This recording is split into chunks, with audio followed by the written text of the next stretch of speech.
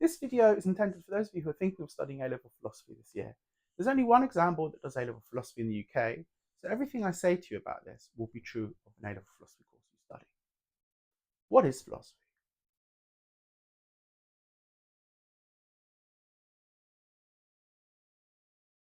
Philosophy comes from an ancient Greek word which means philos, which is love, friendship, affection, and sophia, which means wisdom. So philosophy designated a group of people who sought wisdom, who looked for wisdom. The A-level in philosophy is split into four categories, which basically follows this. It's split into epistemology, ethical theory, philosophy of God, and philosophy of mind. So let me tell you a little bit about each of those. So in epistemology, we ask questions about knowledge. The kind of questions we ask are, where does knowledge come from?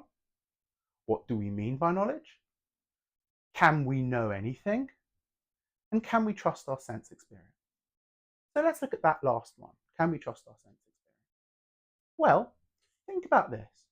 When you're looking at a pencil in a glass of water, the light, instead of reflecting, refracts through water, which means that what you see appears crooked. So the thing up here in your head is crooked, the thing out there in the external world is straight. Does that mean that you're seeing the pencil?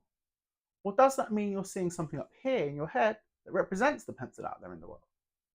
In other words, do we see things in our mind, or do we see things in the world? This is an important question because it asks us how much we can trust our sense experiences. Should we rely on them to tell us how the world is? The second unit, ethical philosophy, asks questions about how we should live our life. Or perhaps there is no just one way we should live our lives. So for example, in some countries it's considered bad to eat beef. And in other countries it's considered perfectly fine. Nothing wrong with eating beef.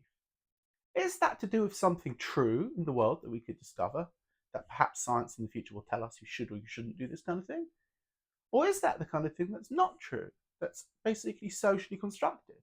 That each society has come to in its own way and then implements? And if that is true, does that mean that there isn't one way to survive and that we should live our lives? The question it effectively asks is morality objective? Is it the kind of thing we can talk about in an objective way? Or is it ultimately relative to societies and subjective, not the kind of thing that we can ever agree on?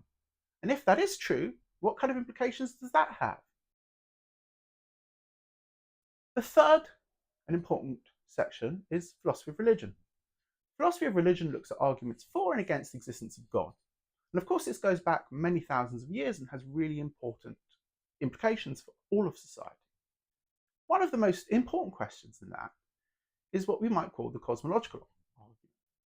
It asks the question, where does the world come from? Or, in another way of putting it, why is there something and not nothing? Logically speaking, it would make more sense if there was nothing in the world. Much simpler than having all these complex things like life forms and galaxies and laws of physics and works of art and symphonies. I mean, why have all this stuff when there could have been nothing at all?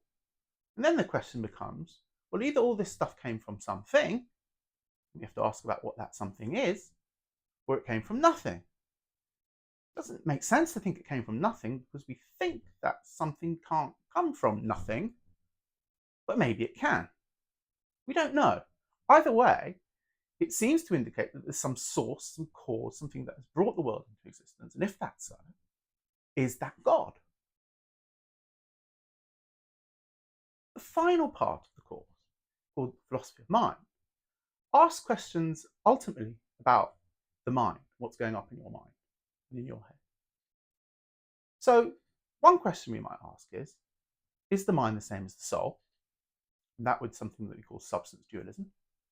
Or is the mind just physical and chemical processes that are going on in the world? And that's called physicalism. Another question we can ask is, what makes mind different from things that are not mind? So what makes it the case that, let's say, I have a mind and a rock or a stone or a planet doesn't have a mind? What's the difference between those two things?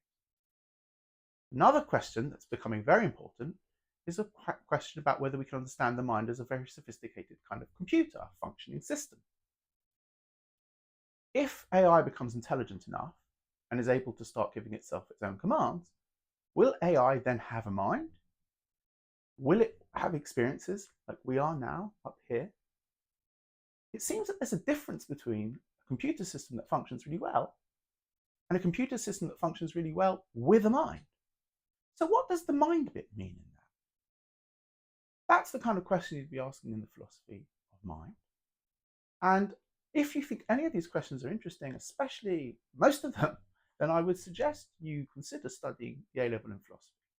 So if you think you want to study A-level philosophy or the A-level in religious studies next year, please consider visiting the Philosophy Academy online. There you'll find many, many things. We are a specialist, niche, subject-specific website. We have content and resources on both of those A-levels that are extremely detailed but yet accessible. They will plug any gaps in your knowledge that you feel you may have. Secondly, you'll find tutorials, and that's a link to our Philosophy Made Simple channel, and there those tutorials help you with understanding stuff that you might have found difficult from class. We have tutorials on how to get A star in your exam by writing perfect essays and high quality 12-mark, 5-mark and 3-mark answers in philosophy. We also look at past papers. You also should understand that all of our resources are specifically designed for people with neurodiversity, so that if you're neurodiverse, you also have access to the curriculum at the same level as a neurotypical person. You will find our Easter and Christmas revision courses that we have that are specially, again, designed subject specific, exam board specific, to get you those top grades. If that interests you, go to www.philosophyacademy.co.uk.